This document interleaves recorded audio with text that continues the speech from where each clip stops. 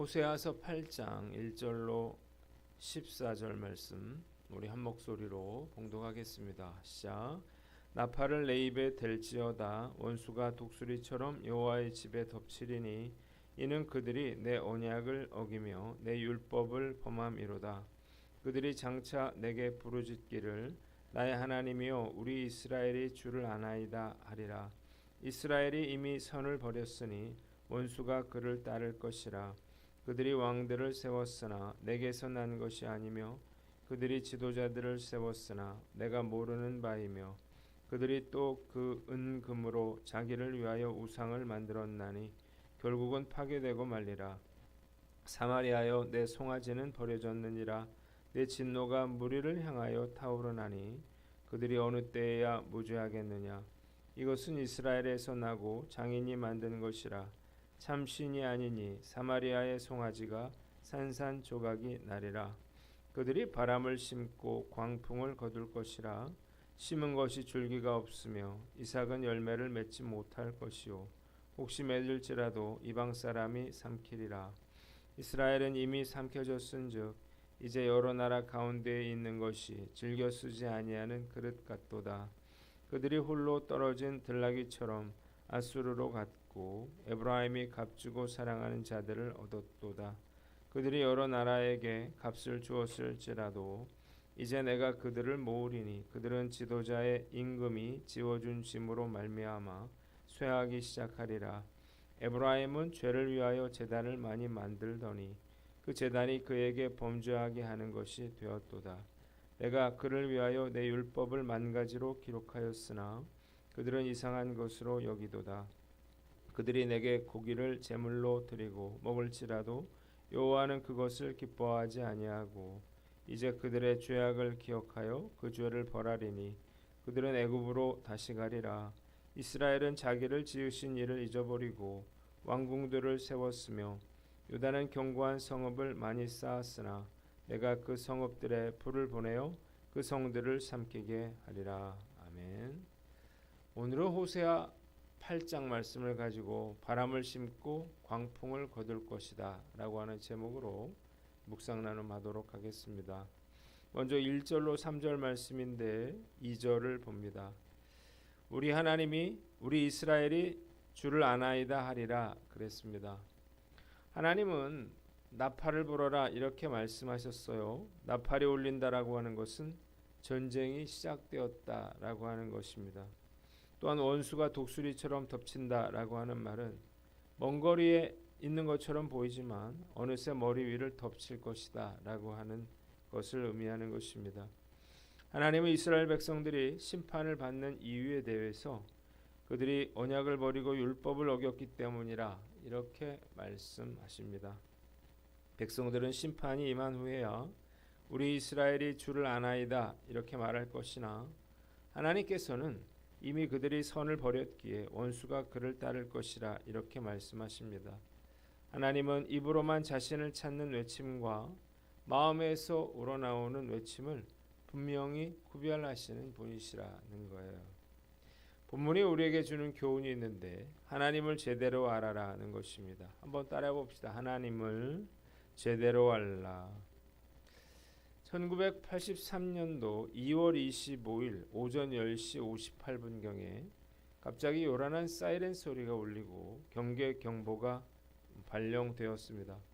여기는 민방위 본부입니다. 지금 서울, 인천, 경기 지역에 경계 경보를 발령합니다. 국민 여러분, 이것은 실제 상황입니다. 북한의 전투기들이 인천을 폭격하고 있습니다. 이런 사이렌과 함께 경고 방송이 울려 퍼졌습니다. 이 경계 경보를 듣고 사람들이 두려움에 떨던 기억이 지금도 생생한데 이웅평 씨가 미그 21기를 몰고 귀순한 그러한 사건이었습니다. 해프닝으로 끝났지만 당시 15살이었던 저에게도 정말 충격적인 그러한 사건이었습니다. 말씀을 통해서 하나님의 말씀대로 실천하지 않고 선을 버리면 하나님의 심판이 임한다는 사실을 우리가 알 수 있습니다. 놀라운 사실은 백성들이 하나님을 안다 이렇게 착각하고 있었다는 거예요.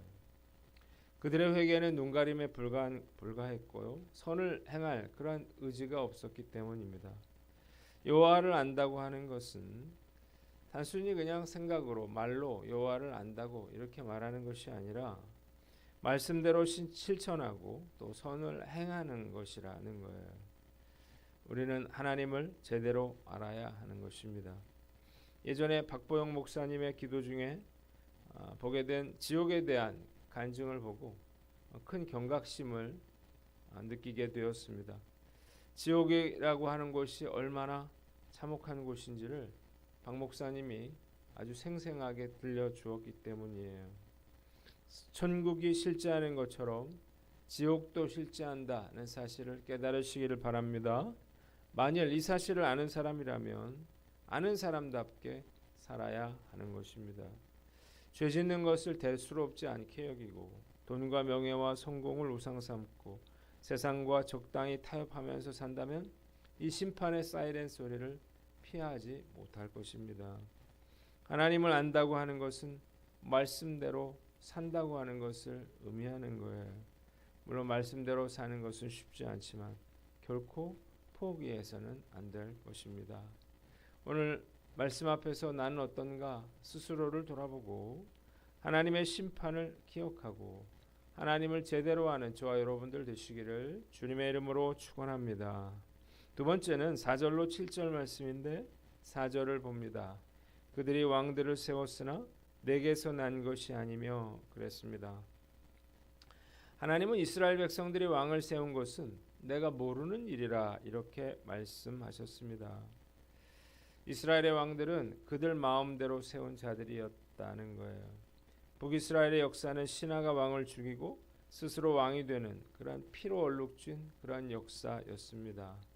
예후 왕조의 마지막인 스가랴가 죽고 난 이후부터 이스라엘이 멸망하기까지 62년 동안 무려 5번이나 왕조가 바뀌었고 그때마다 피비린내 나는 그런 살육이 자행되었습니다. 하나님은 사마리아의 송아지 우상으로 분노하시고 그것이 산산조각이 날 것이라 이렇게 말씀하셨어요. 그들이 바람을 심었으니 광풍을 거둘 것이었습니다. 본문이 우리에게 주는 교훈이 있는데 선한 것을 심어라는 것입니다. 한번 따라해 봅시다. 선한 것을 심으라. 우리가 제멋대로 행하고 난 후에 왜 하나님께서 우리에게 이렇게 하셨을까? 이렇게 물을 때가 있습니다. 왜 우리로 하여금 게으르게 하셨을까? 왜 나로 하여금 죄를 짓게 하셨을까? 왜 잘못된 길로 인도하셨을까? 라고 하는 그러한 질문은 매우 잘못된 그러한 질문인 것입니다. 하나님께서 그렇게 하신 것이 아니기 때문이에요. 하나님의 탓이 아니에요. 우리가 제멋대로 행한 것이고 또 우리가 회개하지 않고 죄악을 거듭하면 그냥 하나님께서 내버려 두시는 것입니다. 탓을 하려면 하나님의 뜻대로 행하지 않은 자신을 스스로를 탓해야 되는 거죠. 죄를 저지른 것은 나 스스로의 의지였지 하나님의 뜻이 아니었다는 거예요. 자, 심는 대로 거둔다라고 하는 원리가 여기에도 적용이 되는데요. 바람을 심으면 광풍을 거두는 것처럼 제멋대로 행하고 불순종하면 악한 것을 거두게 되는 것입니다. 그래서 사단이 우리 마음 가운데 악한 씨를 뿌리려고 하는 거예요. 그래서 우리가 선한 것을 심으려고 노력해야 하는 것입니다. 그런데 선한 것을 심는다고 하는 것은 결코 쉬운 일은 아니에요. 아무것도 거두지 못하는 것처럼 보일 때가 많기 때문입니다. 그래서 바울도 데살로니가 후서 3장 13절에 형제들아 너희는 선을 행하다가 낙심하지 말라 이렇게 말을 했습니다. 이유가 뭔가요? 우리가 선을 행하다가도 낙심하는 경우가 많고 중간에 포기하는 경우가 많기 때문이에요. 저도 과거를 돌아보면 사역이 너무 힘들 때 아무리 열심히 노력해도 안 되는구나 라고 하는 생각에 참 낙심하고 절망했었습니다. 기도하다가 정말 억울해서 온 적이 한두 번이 아니었어요. 그러면서 될 대로 되라. 이런 자포자기하는 그런 심정이었습니다. 그런데 놀라운 것은 결국에는 문제가 해결되고 그리고 사역이 이루어지더라는 거예요. 그럴 때마다 저는 주님의 은혜에 감사하면서 저의 믿음 없음에 회개의 눈물을 쏟고는 했습니다. 예수님도 배신당하시고 수모를 당하시고 십자가에 그렇게 못 박히셨지만 끝까지 선한 일을 감당하셨습니다. 그래서 십자가를 지시고 인류를 구원하셨죠. 바울도 마찬가지예요. 수없이 많은 어려움들을 겪었지만 끝까지 선한 일을 감당함으로 위대한 일들을 이루었습니다. 오늘 말씀 앞에서 나를 돌아봐야 되겠죠. 선을 행하다가 낙심하더라도 결코 포기해서는 안 될 것입니다. 당장 열매가 눈에 보이지 않더라도 묵묵히 선한 것을 심어 나가야 하는 거예요. 결국 놀라운 일들이 이루어질 줄 믿습니다. 이 믿음을 가지고 오늘도 선을 심어 나가는 저와 여러분들 되시기를 주님의 이름으로 축원합니다. 마지막으로 8절로 14절 말씀인데 8절을 봅니다. 이스라엘은 즐겨 쓰지 아니하는 그릇 같도다 그랬습니다. 자, 먼저 8절로 10절은 정치적인 어리석음에 대해서 나와 있어요. 북이스라엘은 깨어진 그릇처럼 쓸모가 없어졌습니다. 그들은 유다와 암몬 연합군이 공격해오자 하나님을 의지하기보다 아수르를 끌어들여서 문제를 해결하려고 했습니다. 하나님은 이스라엘을 한 곳에 모아서 심판하실 것이었는데 결국 아수르는 암몬을 치고 난 후에 이스라엘의 대적이 되었고 더 큰 고통을 가져다 주었습니다. 11절로 14절에는 종교적인 어리석음이 나와 있습니다. 북이스라엘 백성들은 내면적인 개혁과 율법에 근거한 경건한 그러한 생활에는 도무지 관심이 없었습니다. 그러면서도 곳곳에 제단을 만들어 하나님께 제사를 드렸습니다. 하나님께 속죄 제물만 바치면 그들의 죄가 사해진다 이렇게 생각했고요. 그리고 진정 그들이 원했던 것은 제단에 바쳐진 고기였기 때문이에요. 하나님께 드리는 제물은 자기 만족을 위한 것이었지 사실 하나님과는 아무런 상관도 없는 것이었습니다. 하나님은 그들의 죄악을 기억하시고 그들의 허물을 벌하셔서 궁궐과 성읍들은 모두 불에 타게 될 것이었습니다. 본문이 우리에게 주는 교훈이 있는데요. 하나님께서 즐겨 쓰시는 사람이 되라는 것입니다. 한번 따라 봅시다. 하나님께서 즐겨 쓰시는 사람이 되라. 자, 하나님께서는 이스라엘을 기뻐하지 아니하는 그릇이라 이렇게 말씀하셨는데 기뻐하지 않는 그릇은 즐겨 쓰지 않는 그릇을 의미합니다. 우리가 사용하는 그릇 중에는 자주 쓰이는 접시와 밥그릇, 찻잔들이 있지만 거의 쓰이지 않는 그런 것들도 있습니다. 옷도 마찬가지예요. 자주 입고 귀하게 여기는 옷이 있는 반면에 거의 입지 않는 그러한 옷도 있습니다. 그러나 결국 쓸모가 없으면요 버려지게 되는 것입니다. 안타깝게도 이스라엘 백성들은 죄와 불순종과 고집으로 인해서 쓸모가 없어졌고 그래서 하나님이 즐겨 사용하실 수가 없었다는 거예요. 오늘 말씀 앞에서 과연 나는 주님 보시기에 어떤 사람인가? 우리가 스스로에게 물어야 할 것입니다. 과연 하나님이 쓰시기에 고민되는 사람인가? 아니면 하나님께서 즐겨 사용하시는 사람인가?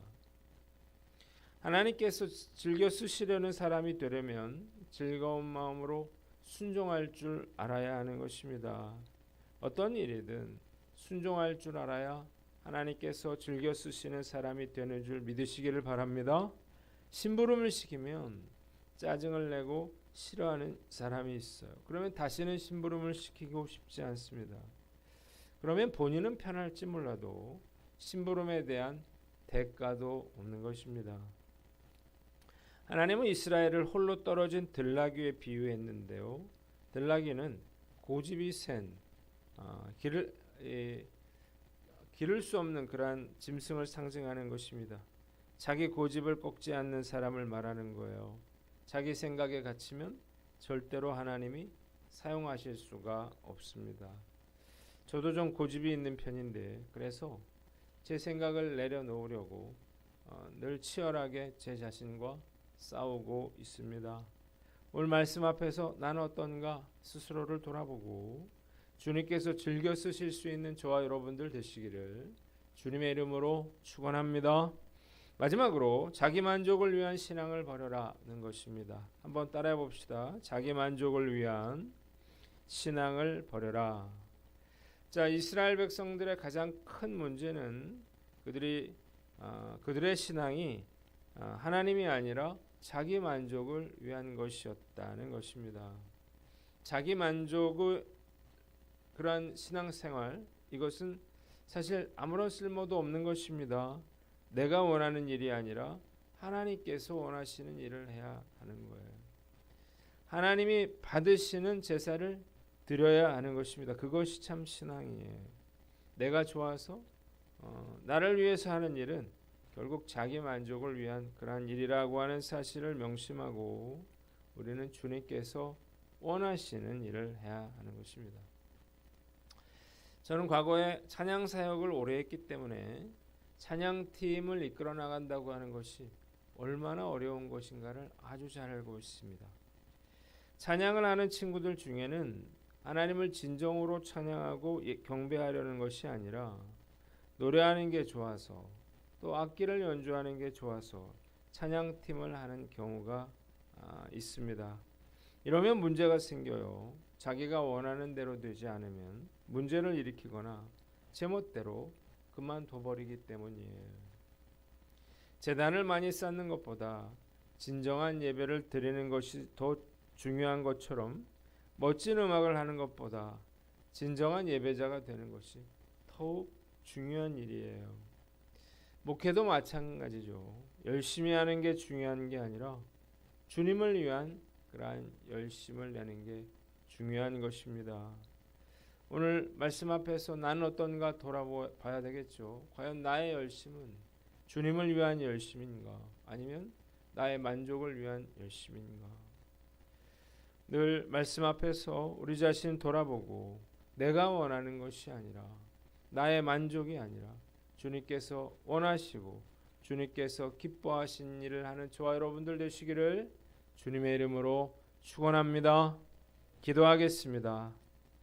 하나님 아버지, 우리가 하나님을 제대로 알고 선한 것을 심으며 우리가 하나님께서 즐겁게 쓰임받는 우리 귀하고 복된 성도들이 다 되게 하여 주시옵소서.